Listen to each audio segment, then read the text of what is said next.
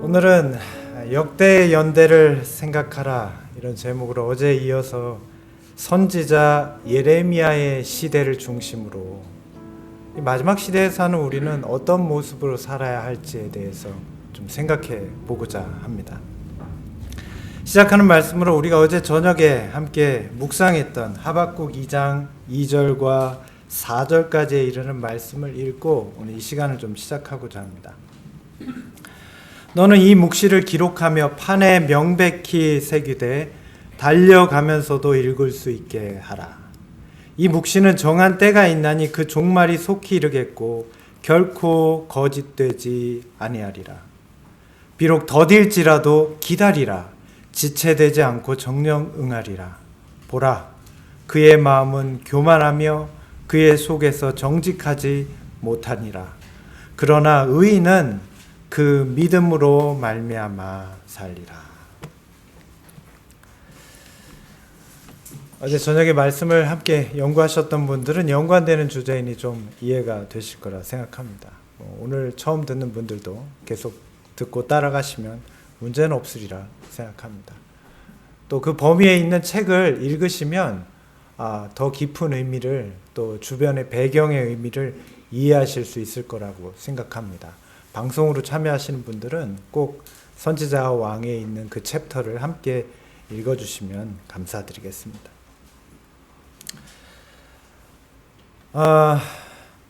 오늘 우리는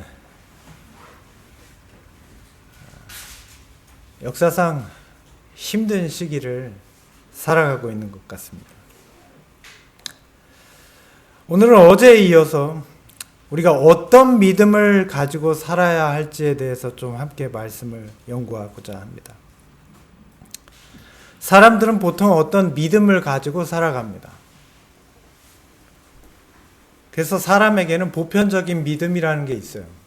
모든 사람이 다 갖고 있는 거예요.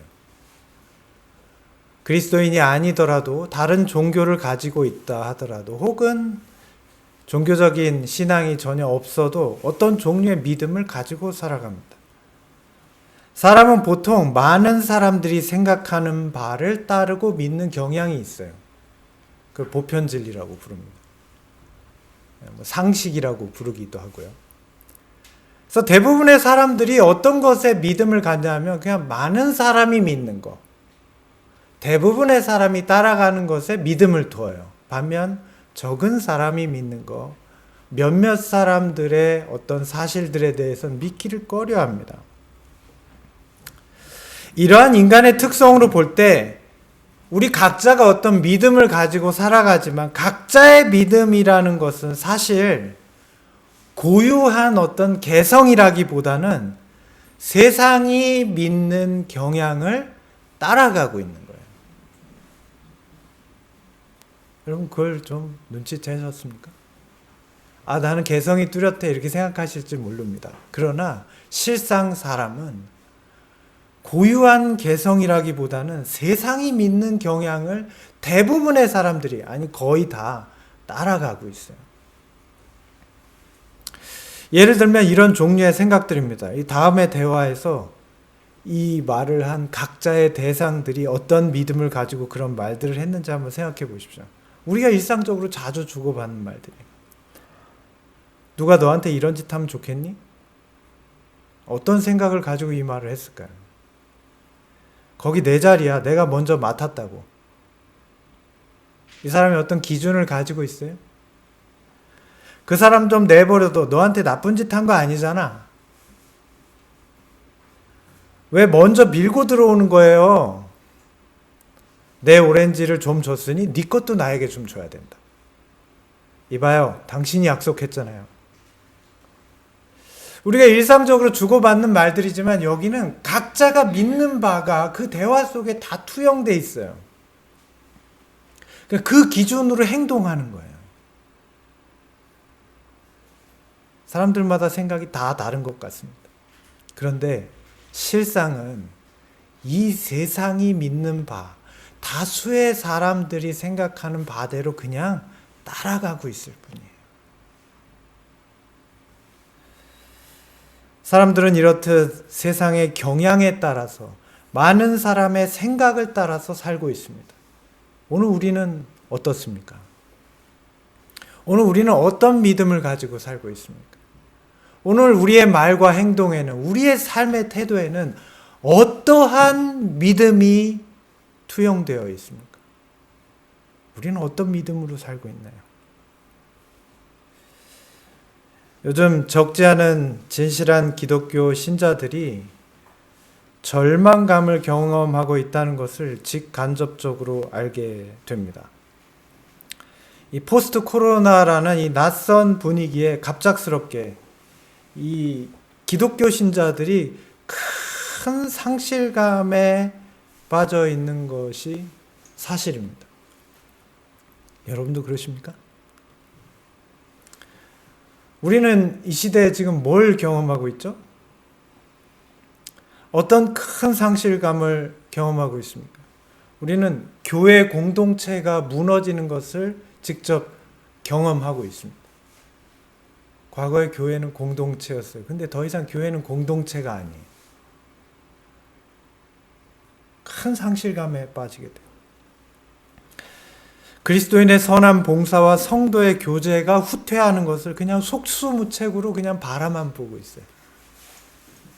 과거의 교회는 그리스도인의 선한 봉사와 성도의 교제가 그 대표였죠. 근데 이게 지금 완전히 무너지고 있는데 그냥 그걸 우리는 그냥 속수무책으로 바라만 보고 있다고. 그걸 지킬 수도 없고 그러려는 마음도 거의 없는 것 같아요. 또한 선교, 전도에 대한 열정을 거의 완전히 상실해버렸습니다. 누군가에게 기독교 신앙을 전해본 적이 있으십니까? 최근에? 말해요? 교회 가자고 하시나요? 어떤 방송을 권한 적이 있습니까? 거의 그러지 않아요. 심지어 자기가 그리스도인 신자라는 걸 밝히려고 하지도 않아요. 숨겼으면 좋겠어요. 주변에 적잖은 분들이 이전과 같은 기독교 신앙의 모습은 다시는 볼 수 없을 거다라고 얘기하기도 해요. 여러분도 그렇게 느끼십니까? 사실 이렇게 말씀드리는 저 역시도 비슷한 경험을 하고 있습니다. 전에는 너무나 당연하게 여기던 그 믿음들이 막 흔들리고 나도 모르는 새 벌써 사라져버린 것을 깨닫게 돼요. 더불어서 그 믿음과 함께했던 열정도 식어버린 것을 발견하게 돼요.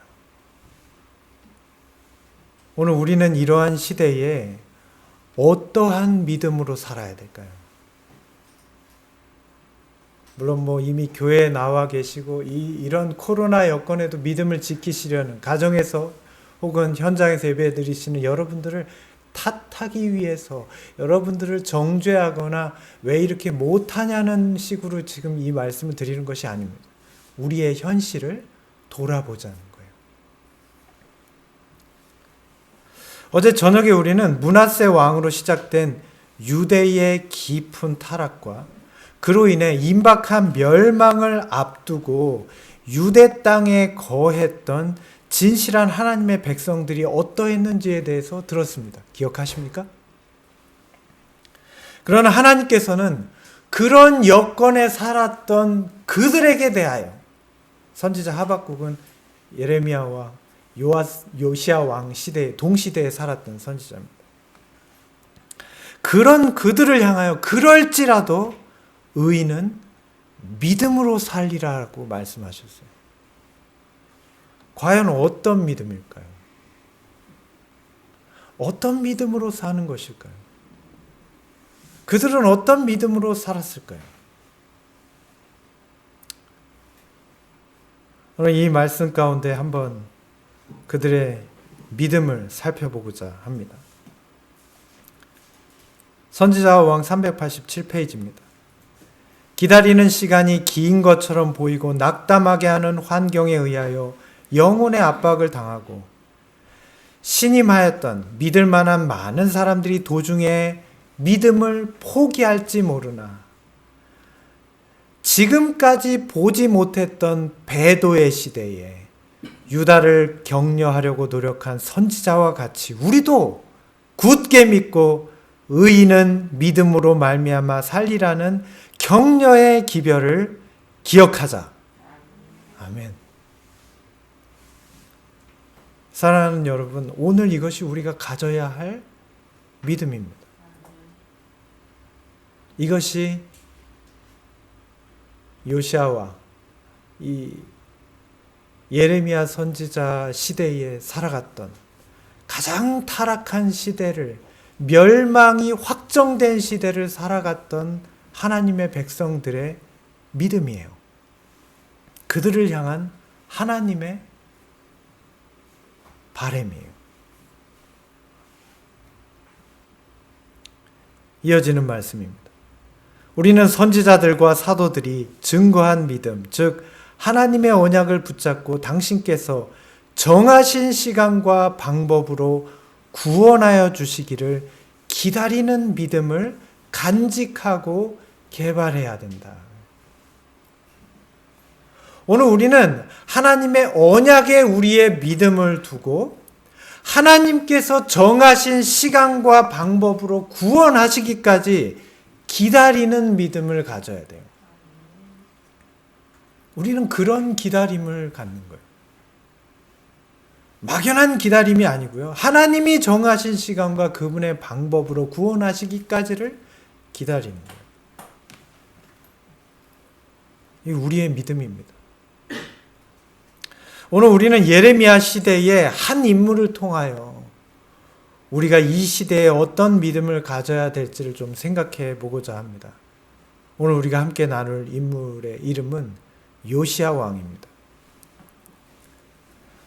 성경 열왕기하 23장 25절에 보면 이 예레미야 시대를 살았던 요시야 왕에 대해서 이렇게 말하고 있습니다.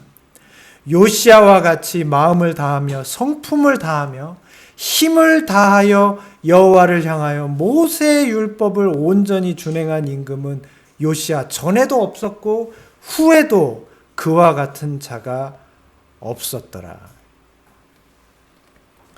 이 요시야 왕에 대한 성경의 증거입니다. 이 증언의 기별에는 이렇게 묘사합니다. 요시야는 악한 왕의 자녀로 태어나서 그 아버지, 타락했던 그 아버지의 발자취를 따를 수도 있었지만 그런 유혹으로부터 벗어나 바른 길을 가도록 격려해 주는 모사가 전혀 없었음에도 불구하고 이스라엘의 하나님께 충성하였다. 지난 세대의 잘못을 통하여 경고를 받은 그의 아버지와 할아버지가 빠졌던 죄악과 타락의 낮은 수준으로 내려가는 대신에 그는 의를 행하기로 택하였다. 이것이 요시야에 대한 묘사입니다. 요시야가 왕이 될 때 나이 8살이에요. 정말 어린 나이입니다. 그의 아버지였던 아몬은 므낫세의 타락과 회개에도 불구하고 그것을 보고도 타락한 삶을 살다가 죽임을 당했어요. 짧은 2년의 치세 이후에. 부모도 없이 7살까지 자란 요시야가 8살 때 왕으로 즉위하는 것입니다. 누구를 의지할까요? 어떤 영향을 받을까요? 우리 막내 나이에. 그런데 요시야는 믿음이 있었습니다. 그가 가졌던 믿음은 어떤 것일까요? 여러분 생각해 보셨습니까? 므낫세는 유다 나라 역사상 가장 타락했던 왕입니다. 그의 아버지 아몬은 므낫세의 배도와 증벌 그리고 회개를 목도하고도 불순종과 타락의 길을 걷었어요. 그리고 어린 아들에게 그것을 참여하게 했던 그런 아주 못된 아버지예요. 요시야는 이런 배도한 할아버지와 아버지의 자손이었지만 그는 어려서부터 하나님께 충성하기로 굳게 결심했어요. 어떤 상황에서? 대다수가 그렇게 하지 않는 상황에서. 그의 배경 가운데 아무도 그런 올바른 도움을 줄 수 없는 상황 가운데도 요시야의 믿음과 충성에 관해 선지자 왕에는 이렇게 기록하고 있습니다. 요시야는 율법책의 빛을 따라 행하면서 할 수 있는 한 그의 백성들로 하여금 그 교훈에 익숙할 수 있도록 할 수 있는 한 그들 속에 하나님의 율법에 대한 존경과 사랑을 개발시키고자 노력하였다. 그 할아버지 므낫세와 아버지 아몬의 영향으로 인해서 이스라엘 나라 전체는 깊은 우상 숭배로 타락했습니다. 이스라엘의 우상 숭배는 도덕적인 타락과 완전히 맞닿아 있어요. 왜냐하면 그들이 섬기는 우상 숭배의 예식 가운데 대부분은 인신공양, 인간을 제물로 바치는 거예요. 어린 아기를. 그리고 성적인 부도덕과 타락. 그로 인해서 도덕적인 그들의 관념과 기준은 현저히 주저앉게 된 거예요. 그런 보편적인 타락 가운데에서 요시야가 마음 가운데 품었던 믿음은 하나님의 말씀, 율법에 대한 믿음이었어요. 요시야가 어떤 일을 했습니까? 그런 상황에서 어떤 일을 할 수 있을까요? 비록 왕이긴 하지만 나이도 어린 요시야가 무슨 일을 할 수 있을까요? 백성 전체는 이미 타락했어요. 오래전부터. 사실은 히스기야 왕 후반부터 이미 타락했어요. 어린 왕인 요시야가 그걸 바꿀 수 있을까요? 그는 이렇게 했어요. 그가 친히 그 율법에 순종함으로.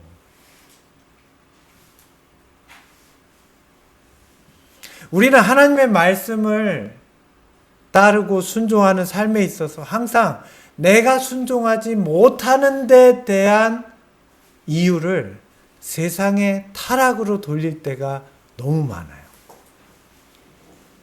여러분, 이 요시야 왕을 보세요. 이 어린 왕이 만약에 그의 형편과 처지를 생각했다면 얼마든지 이야기할 수 있어요. 아무도 나를 제대로 가르쳐주는 사람이 없어요. 누가 내가 의로운 행동을 하려고 해도 지지하지 않아요. 여러분 생각해 보세요. 어린 왕이 하나님께 순종하려고 할 때 만약 그 누가 옆에서 잘했습니다, 이렇게 해야 됩니다, 칭찬한다면 도움이 되겠죠. 자, 그런데 주변에 있는 고관 대작들이 다 타락해서 그렇게 하는 게 이상하게 느껴지고 아무도 격려하지 않아요. 어쩔까요? 요시야는 자신이 친히 순종하기로 결심했습니다. 백성들이 단순간 그 말씀에 동화되고 돌아설 것이라고 기대할 수 없었어요. 그러나 왕이 친히 순종하는 율법을 그들은 좀 더 가까이 친숙해질 수 있었다. 아직도 그들은 악인이지만 그들이 생소하게 여겼던 하나님의 율법에 좀 더 가까이 다가갈 수 있다고요. 어떤 형편인지 아시겠어요?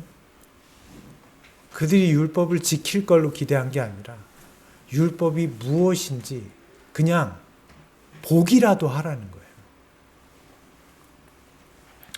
너무 오래 하나님을 떠나 방종한 백성들은 하나님의 율법을 제대로 알지도 못하는 상태에 이르렀습니다. 그래서 요시야는 왕인 자신이 몸소 율법을 지키고 하나님께 충성하는 믿음을 보여주었다는 것입니다. 그래서 하나님의 율법에 순종하는 자신을 보고 백성들이 저런 거구나 라고 알 수 있도록, 그조차도 모르기 때문에. 그러나 백성들은 여전히 방종하였고 하나님의 율법을 범하는 삶을 살았습니다. 이런 가운데 요시야 왕은 어떻게 할까요? 여러분, 우리는 보통 한 번, 두 번 믿음대로 하고 누군가를 이끌어 주려고 하다가 안 되면 우리는 보통 어떻게 합니까? 이 정도 하고 말지 뭐. 혹시 우리 주변에 우리가 포기한 우리의 믿음 밖에 있는 형제 자매들 혹은 가족들이 있습니까? 요시야는 어떻게 했습니까?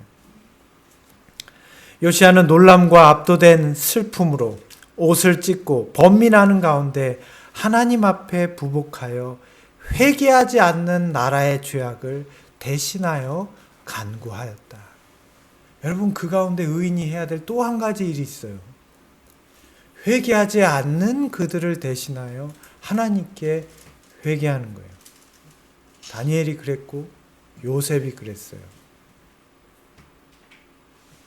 여러분, 요시야는 백성의 죄를 대신하여 간구하였습니다.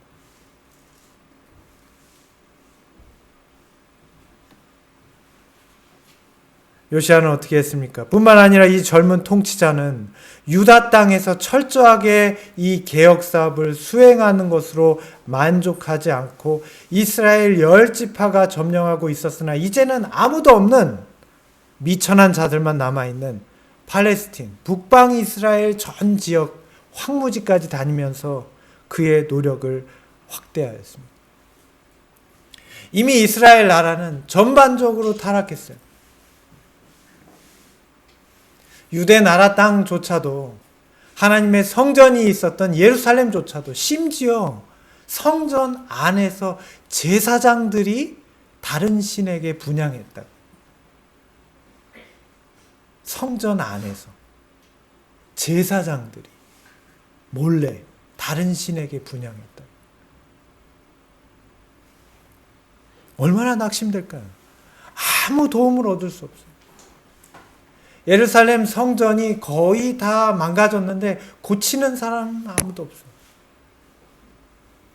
고치자고 말하는 사람도 없어요.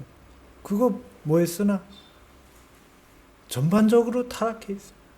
하나님을 섬기는 예가 무언지도 몰라요. 그러나 요시야는 하나님을 향한 충성과 그 믿음대로 살기를 멈추지 않았다고. 여러분, 이게 얼마나 지치는 일입니까? 얼마나 힘든 일이에요. 그런데 요시야는 여기서 멈추지 않았어요. 북방 이스라엘까지 갔어요. 북방 이스라엘은, 사마리아는 이미 아시리아에 다 점령당해서 백성들이 다 흩어져서 이미 다 혼혈로 섞이고 남은 자가 없었어요. 근데 왜 갔을까요? 이제 동족이라고 볼 수도 없는 나라에 왜 갔을까요? 우상의 산당이 거기 있어요. 그 혹시 유대 백성이 이 유대 땅에 있는 걸 다 없애면 거기 가서 할까봐 왕이 친히 행차해서 가가지고 그 무너져버린 산당, 우상을 섬기는 제단까지 다 없애버리는 거예요. 그는 예언적인 성취로 그 아합 왕에게 예언했던 우상을 섬기는 제사장들을 제단 위에 불살릴 것이라 했던 그 이방 산당에 이스라엘 곳곳에 다니면서 우상을 섬기던 제사장들, 하나님을 섬기는 제사장이 아니라 우상을 섬기던 제사장들의 무덤을 파서 그 유골들을 다 불태웠어요. 그러다가 엘리사 선지자의 무덤까지 발견하지 않습니까? 요시야가 묻잖아요. 저 무덤은 누구의 것이냐? 하나님의 사람의 것입니다. 그게 거기 나오는 대목이에요. 다 불살라버렸어요. 혹시나 백성들이 그것으로 가지 않도록. 요시야 왕의 믿음입니다. 정말 충성하기 위해서 노력했던 왕입니다. 정말 믿음 있던 젊은 지도자입니다. 나라 곳곳을 다니면서 산당을 헐고 우상의 제단을 무너뜨리고 목상과 태양술에 별게 다 있었어요. 우상 숭배의 원흉을 제거하기 위해서 온갖 노력을 다했습니다. 요시야 왕의 이런 충성과 헌신으로 이스라엘 백성들은 그들의 타락에서 돌이켰을까요? 돌이켰을까요? 그러지 못했습니다. 열왕기하 23장에 보면 아주 슬픈 대목이 나와요. 여기 23장 25절로 26절에 이렇게 말씀하십니다. 하나님의 말씀이에요. 마음을 다하며 성품을 다하며 힘을 다하며 여호와를 향하여 모세의 모든 율법을 온전히 준행한 임금은 요시야 전에도 없었고 후에도 그와 같은 자가 없었더라. 그러나 여호와께서 그 크게 타오르는 진노를 돌이키지 아니하셨으니 이는 므낫세가 여호와를 경록해 한 그 모든 경로로 인함이라. 여러분, 이 말씀을 읽으면 어떤 생각이 드십니까? 어떻게 하나님께서 이러실 수 있지? 그런 생각이 들지 않으세요? 사랑이 많으시고 인자와 자비가 풍성하신 분이 어떻게 요시야 왕이 이렇게 하는데도 그것을 받아주지 않으실 수 있지? 그 믿음 있는 젊은 일꾼의 기도와 소원을 왜 들어주지 않으시는 걸까? 이어지는 증언의 말씀에 그 이유를 알 수 있어요. 이렇게 말합니다. 이제는 백성들이 하나님 앞에 스스로 겸비한다 할지라도, 겸비하게 된다고 할지라도 그들은 형벌을 면할 수 없었다. 왜냐하면 너무 오랫동안 행악으로 인하여 그들은 감각이 둔하여졌으므로 만일 그들에게 형벌이 이르지 아니하면 그들은 또 동일한 죄로 돌아갈 것이기 때문이었다. 하나님의 말씀을 들어도 깨닫지 못하는 상태의 노예.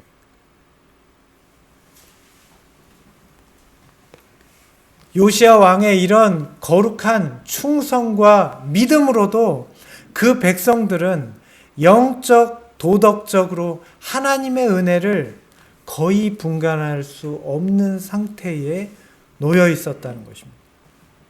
너무 오랜 시간 동안 죄악에 익숙해졌어. 그것을 포기할래야 포기하기가 어려운 그런 상태에 있어요. 성령의 은혜를 분간하지 못해요. 홍수 이전에 사람들이 어땠습니까? 성령의 은혜가 있었죠. 여러 번 있었습니다. 200년이라는 기간 동안 있었고, 노아의 복음 전파로 있었고, 방주를 짓는 동안 짐승들이 와서 방주를 탄다든지 뭐 여러 종류의 성령의 은혜가 있었어요. 근데 사람들은 그걸 어떻게 여겼죠? 노아의 무능함이나 하나님의 무력함으로 봤어요. 별거 아니구나. 성령의 자비와 은혜가 별거 아니다. 이렇게 웃음거리로 본다. 이 므낫세와 아몬의 시대가 그랬어요. 성령의 은혜가 하나님의 은혜로 여겨지는 것이 아니라 백성들의 마음을 도리어 더 무감각하게 만들었다. 그들의 상태는 홍수 전의 사람들과 소돔에 거하던 백성들과 같은 상태에 있었어요. 죄악이 성행하는 그곳에서 요시야는 어떤 믿음을 가질 수 있었을까요? 그는 어떻게 계속되는 이러한 어려움과 죄악의 홍수 가운데에서 믿음을 가지고 살 수 있었을까요? 성도 여러분, 죄악이 성행하는 지금 우리의 이 세상에서 여러분 어떤 생각을 가지고 살아가십니까? 여러분, 그리스도인은 잘못하면 염세주의자가 됩니다. 꽤 많은 그리스도인들이 저는 염세주의자라는 것을 확인할 수 있습니다. 사실 저도 그랬고요. 저도 그런 면이 많아요. 세상 별 볼 일 없지. 교회 바깥에 있는 사람들과 거의 섞이지 못합니다. 그걸 자기의 거룩함으로 착각해요.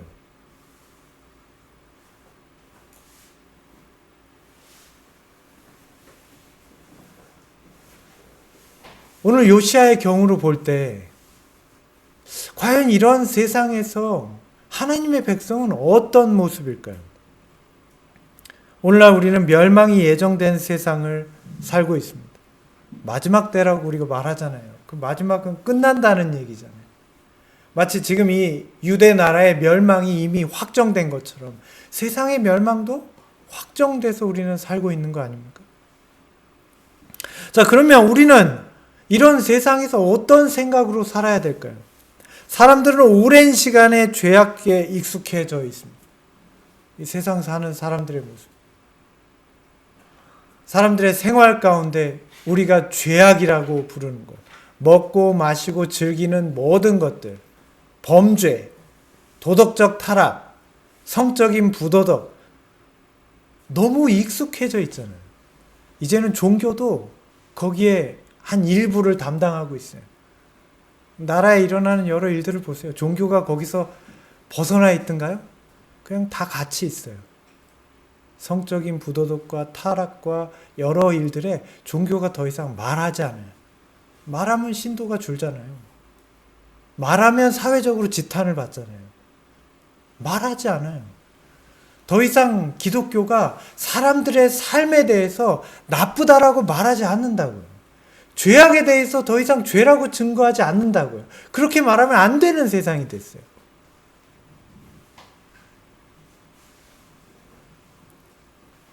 성령의 은혜를 분간하지 못합니다. 여러분, 세상에 얼마나 많은 사람들이 지금 이 우리의 성경을 펴서, 제가 지금 히브리어, 헬라어 성경을 들고 있는 게 아닙니다. 한글 성경이에요. 순 한글. 영어 한자도 없어요. 숫자랑 한글밖에 없어요. 그래서 이해할까요? 이거 읽으면 다 읽어지는 내용이거든요. 그러면 사람들이 보고 이해할까요? 제가 좀 더 아픈, 요즘 말로 뼈 때리는 질문을 드리면, 그리스도인들은 이해합니까? 성경을? 읽으면 이해가 돼요? 이해가 안 돼요. 읽는데 이해가 안 돼요. 성령의 은혜를 우리는 분간하지 못해요. 하나님의 말씀은 성령의 은혜로 이해되는 건데, 성령의 은혜가 분간이 안 되니까 글씨를 아는데도 이해가 안 된다.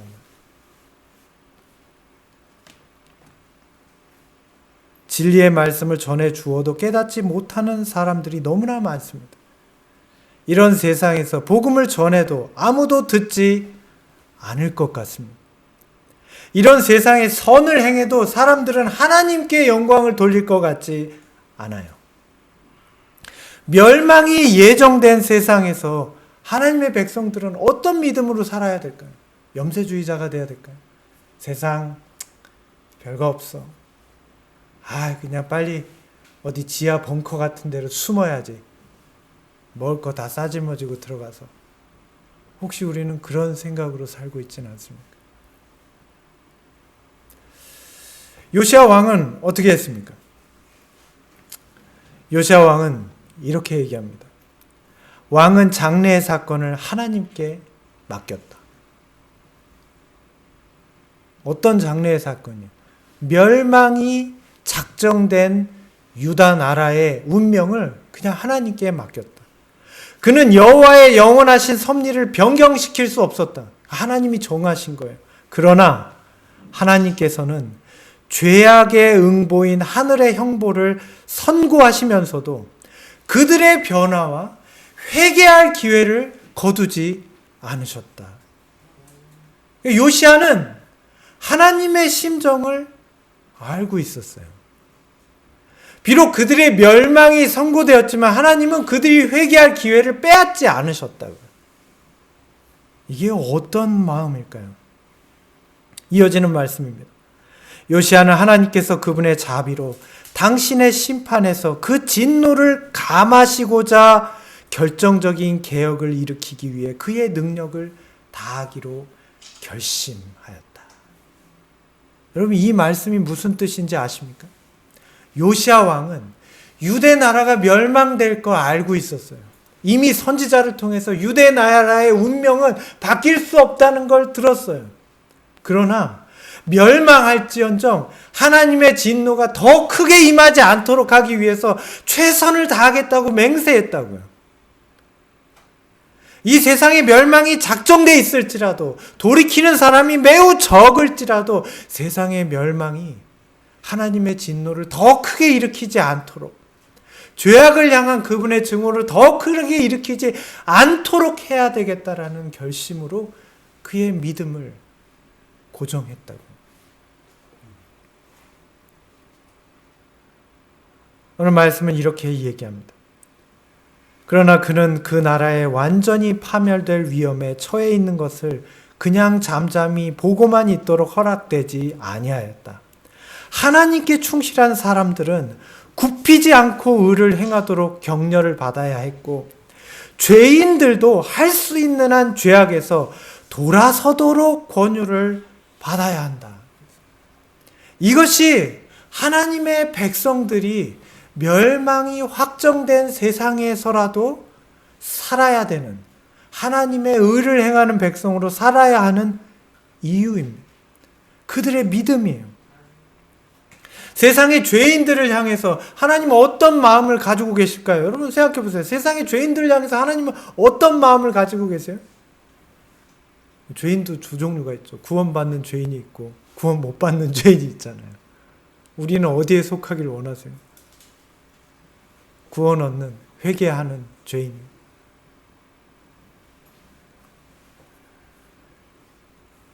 정말 그렇기를 소망합니다.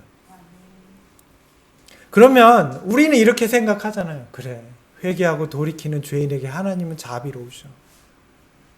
우리가 안 해봤던 질문. 멸망하는 죄인들에 대해서, 하나님께 끝까지 반역한 죄인들에 대해서 그럼 하나님은 어떤 마음이실까요? 회개 안 해요. 하나님을 대적하는 존재예요. 근데 오늘 말씀은 뭐라고 얘기하죠? 죄인들도 할 수 있는 한 죄악에서 돌이키도록 권유를 받아야 된다. 죄악이 창궐하고 어둠에 갇혀있는 세상일지언정, 멸망이 예고되어 있을지라도 그들에게 하나님의 음성이 들려야 된다는 거예요. 무슨 의미일까요? 하나님의 심정은 어떤 심정이에요? 여러분 좀 헤아려 보셨습니까? 많이 피곤하신 모양입니다.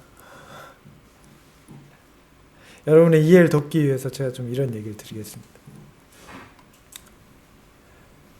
대부분 저의 경험상 보면 제일 힘들고 바쁜 어려운 일들은 꼭 금요일 날 일어나더라고요.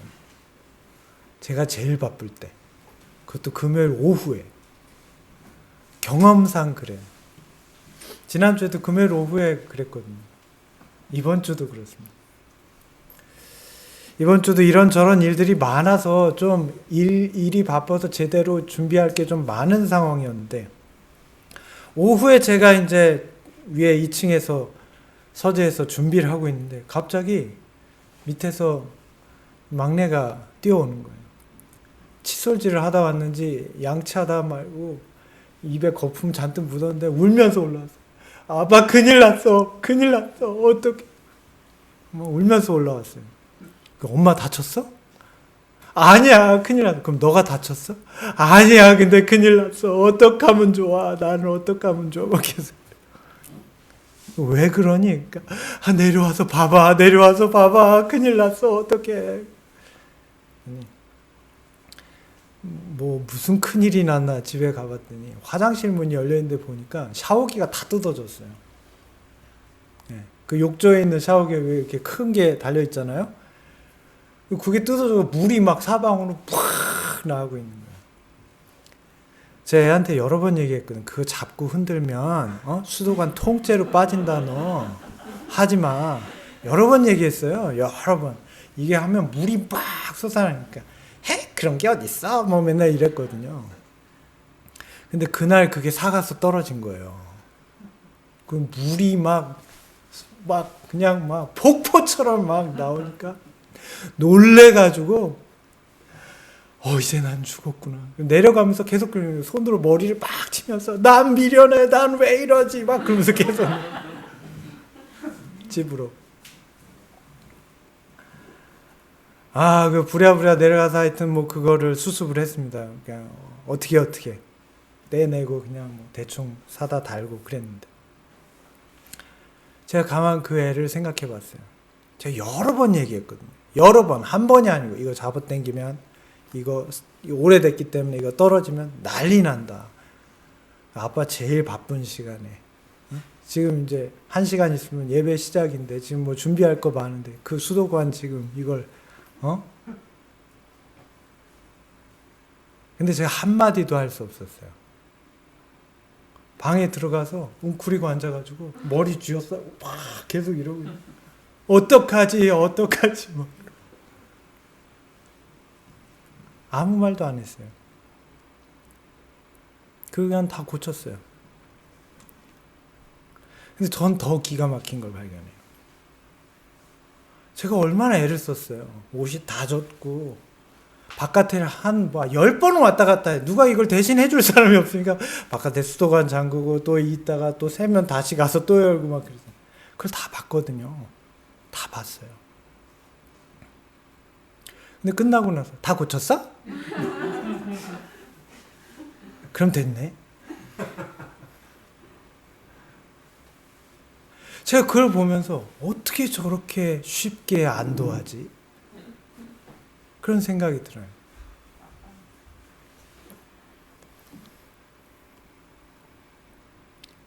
여러분 이 말씀을 한번 보세요.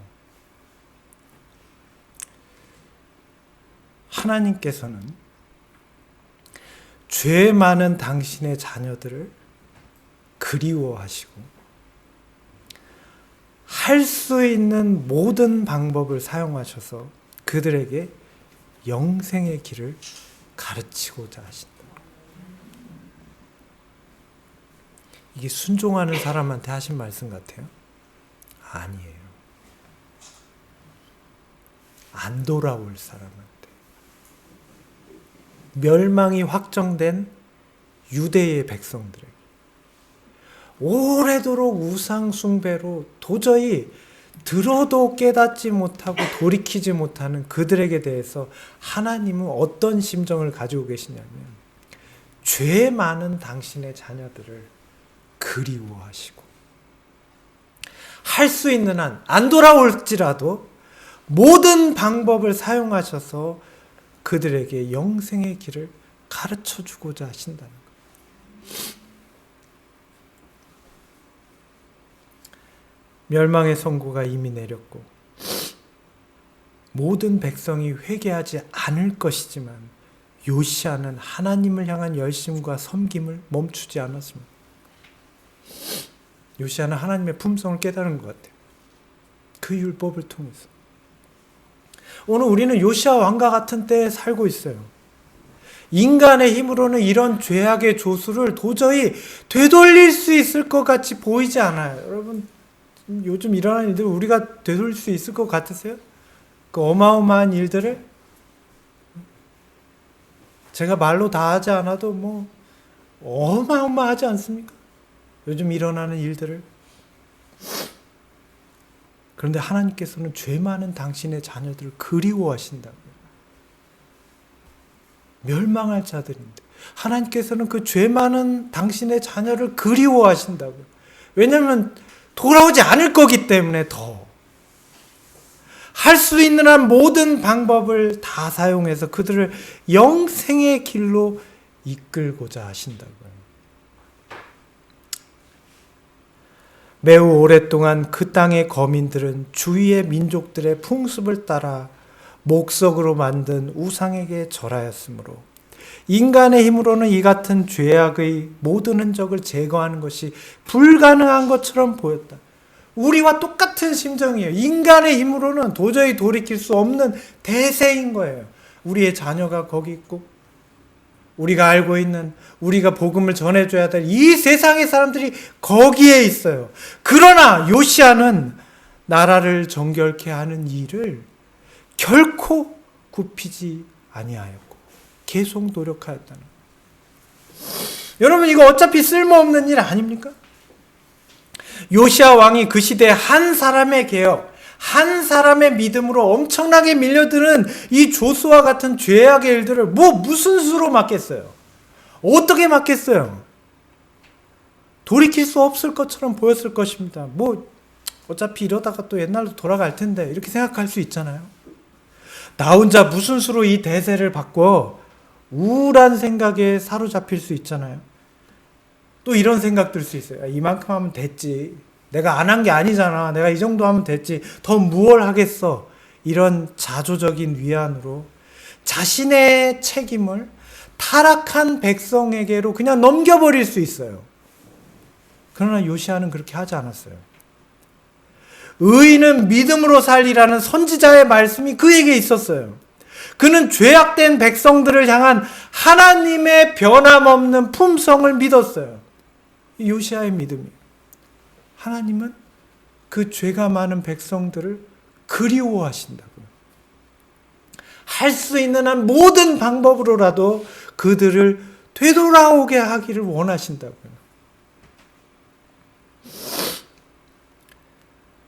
우리 역시 요시야의 시대와 같은 이 마지막 때를 살고 있습니다.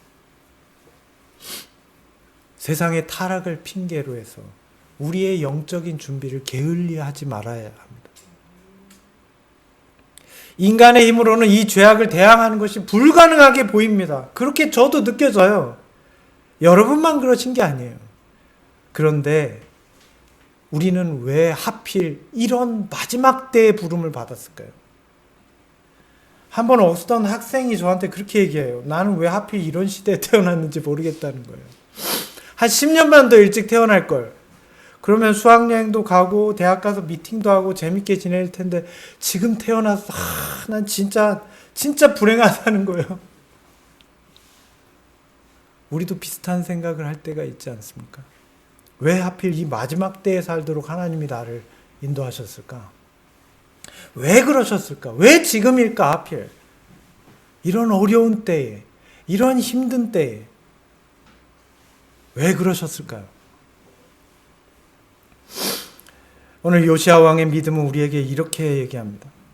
이와 같이 요시야가 이스라엘 자손에게 속한 모든 땅에서 가증한 것을 다 제하여 버리고 이스라엘의 모든 사람으로 그 하나님 여호와를 섬기게 하였으므로 요시야가 사는 날 동안 백성이 그 열조의 하나님을 복종하고 떠나지 아니하였더라.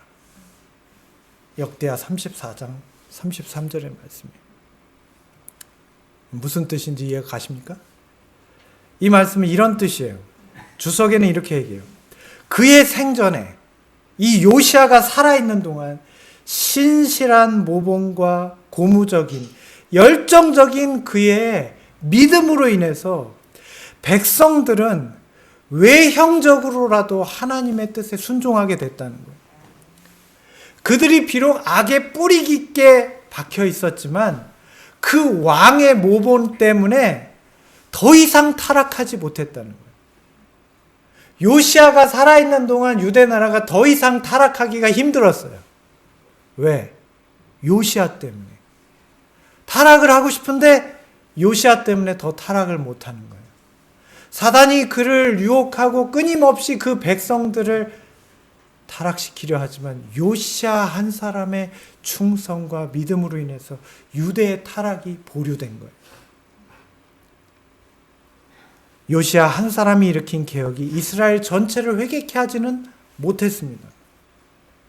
어쩌면 우리는 이런 이유로 요시야의 충성과 믿음이 헛된 것처럼 보일 수 있어요. 어차피 해봐야 그거 안 되는데 그러나 하나님께서는 의로운 요시야 왕을 멸망에 가는 유다 왕국에 있게 하신 목적이 있었어요. 하나님께 순종하며 충성을 다했던 요시야가 있던 이스라엘은 더 타락하지 못했습니다. 그가 살아있는 동안 더 타락하지 못했어요. 요시야가 살아있는 동안 이스라엘 백성 가운데에서 의인은 핍박을 면하여 살 수 있었습니다. 요시야 왕 때문에. 악한 저들은 더 깊은 타락으로 오는 더 큰 재앙을 받지 않았어요. 오늘날은 어떻습니까? 우리는 마지막 때에 살고 있다고 말합니다. 도덕이 땅에 떨어졌어요. 영적 타락이 세상과 교회에 깊이 나타나고 있습니다. 우리는 이런 멸망이 확정된 세상에서 요시야 왕처럼 백성을 정결케 하는 사업을 하고 있습니까? 그게 우리가 해야 될 일이에요. 우리는 깊은 실망 가운데 있을 때가 있습니다. 나 혼자 무슨 수로 이 대세를 받구나.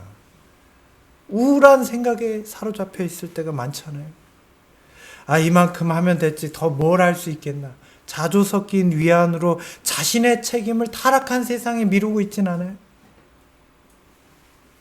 어쩌면 우리는 이렇게 하면서 우리 자신조차도 점점 영적인 타락의 길로 접어들고 있는지도 몰라요.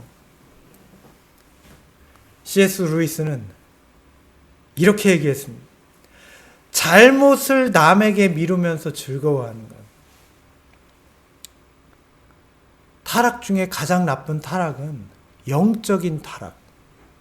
쾌락 중에 가장 나쁜 쾌락은 영적인 쾌락. C.S. 루이스의 말이에요. 우리는 육적인 타락이 나쁘다고 생각해요. 성적인 부도덕, 도둑질이나 무슨 어떤 죄악, 이게 나쁘다라고 생각해요. 근데 하나님께서 보시는 가장 나쁜 타락은 영적인 타락이에요. 겉으로는 멀쩡해 보이는데. 우리의 타락에, 우리의 그런 부도덕과 우리의 잘못에 대한, 우리의 영적인 태만에 대한 이유를 타락한 세상에 돌리면서 저들이 타락했어 라고 여기는 것. 영적인 쾌락을 추구하는 거예요. 영적인 타락이에요. 나는 괜찮게 여기는 거예요. 그렇지 않아요. 만약 하나님의 백성들이 게을리하면 어떤 일이 벌어지는지 여러분 아십니까? 여러분 엘리의 때를 생각해 보세요. 엘리 제사장의 죄가 뭡니까? 그가 무슨 큰 잘못을 행한 게 성경에 보면 없어요. 없어요. 우상숭배를 한 그런 제사장이 아니에요. 그런데 선지자와 왕에는 이렇게 얘기합니다. 엘리의 죄는 성직에 있던 그의 아들들의 죄악과 전국 각처에서 성행하는 악을 가볍게 여긴 것이다.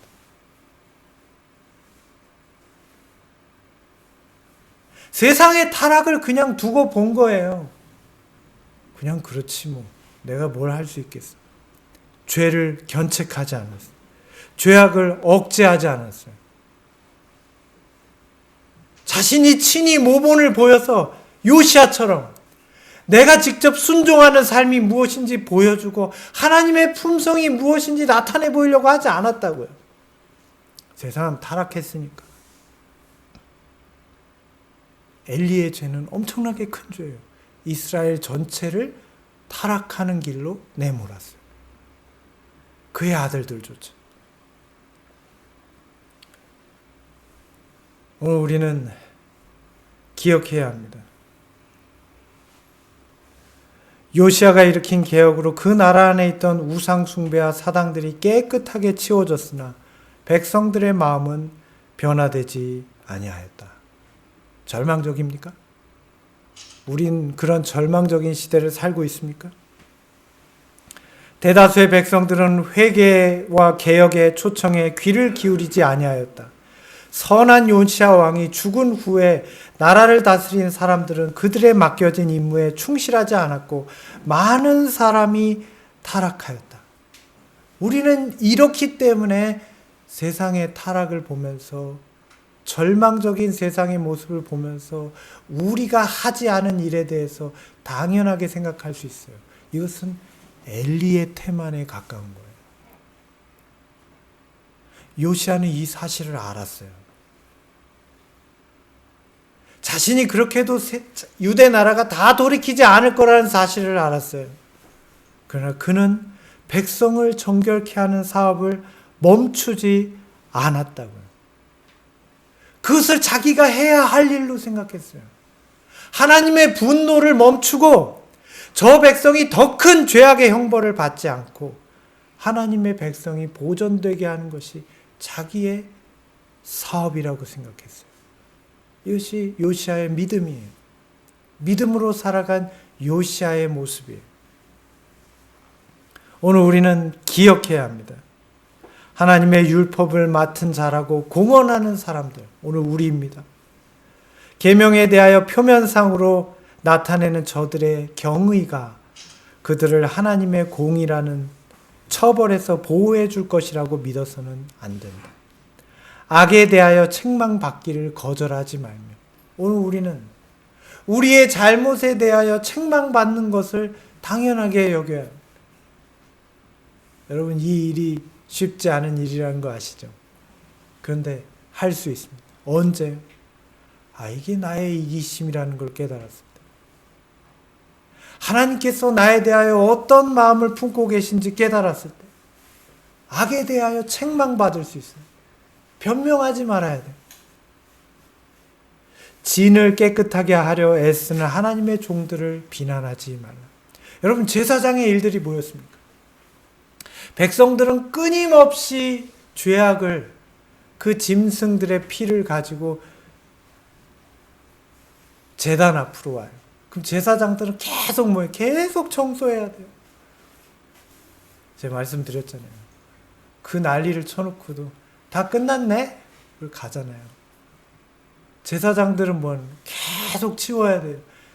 피 흘리고 또 치우면 또 와서 또 잡고 또 치우고 또 치우고. 그러나 이 진을 깨끗하게 하는 이 노력을 멈추면 안 된다고요.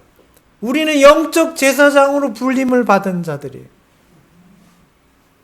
세상의 죄악이 만연할지라도 기도해야 돼요. 그들을 대신해서 기도하고 그것을 치우는 일들을 우리는 하는 거예요. 몸소 순종함으로. 오늘 마지막 말씀입니다. 회개하고 즐겨 순종하기를 게을리하는 오늘 남녀들에게 죄를 미워하시는 하나님께서는 당신의 율법을 지킨다고 주장하는 사람들에게 모든 불의에서 떠나기를 요청하신다. 오늘 우리가 왜 이러한 시대를 살아야 합니까? 세상의 멸망은 어차피 세상에 죄를 짓는 불의를 행하는 사람들 때문에 일어난 일이고 우리는 억울한 사람 아닙니까? 아니요. 하나님은 죄악 중에 있는 그들이 하나님의 음성을 듣기를 원하셔요. 그들이 돌이키지 않기 때문에 더 그들에게 구원의 길을 보여주기를 원하세요. 오늘 우리는 그런 하나님의 품성을 경험한 자로서 이 세상을 향하여 요시야 왕과 같이 먼저 우리의 죄악을 버리고 내가 내 죄악에 책망받기를 부끄러워하지 아니하고 이 세상을 향하여 옳은 의를 증거하는 사람으로 세상이 더 타락할 수 없도록 세상이 더 큰 형벌을 받지 않도록 하나님의 구원의 길을 발견하도록 존재하는 사람들이에요. 그것이 마지막 때에 사는 하나님의 백성의 의미예요. 사랑하는 성도 여러분, 힘드십니까? 그렇게 생각하실 수 있습니다. 이런 악한 시대에 하나님의 백성으로 살아간다는 것이 위축되는 일입니까? 그럴 수 있습니다. 그러나 우리는 오늘 이 믿음이 있어야 합니다. 요시야의 믿음이 있어야 돼요.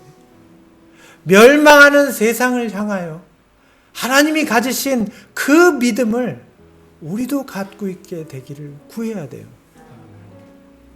그것이 오늘 우리에게, 이 시대를 사는 우리에게 필요한 예레미야의 시대를 살았던 백성들의 영적 준비이고 마지막 시대를 사는 백성들의 영적 준비입니다. 오늘 저와 여러분이 그러한 심령으로 준비되게 되기를 간절히 원합니다. 비록 세상이 깊은 타락을 향하여 갈지라도 오늘 우리가 하나님의 부르심과 이끄심 가운데 머물게 되기를 간절히 바랍니다. 그래야 세상의 타락을 막고 더 큰 형벌로 가는 세상이 하나님의 음성을 듣게 되기를 간절히 소원하며 오늘 말씀을 마치겠습니다. 오늘 시간이 많이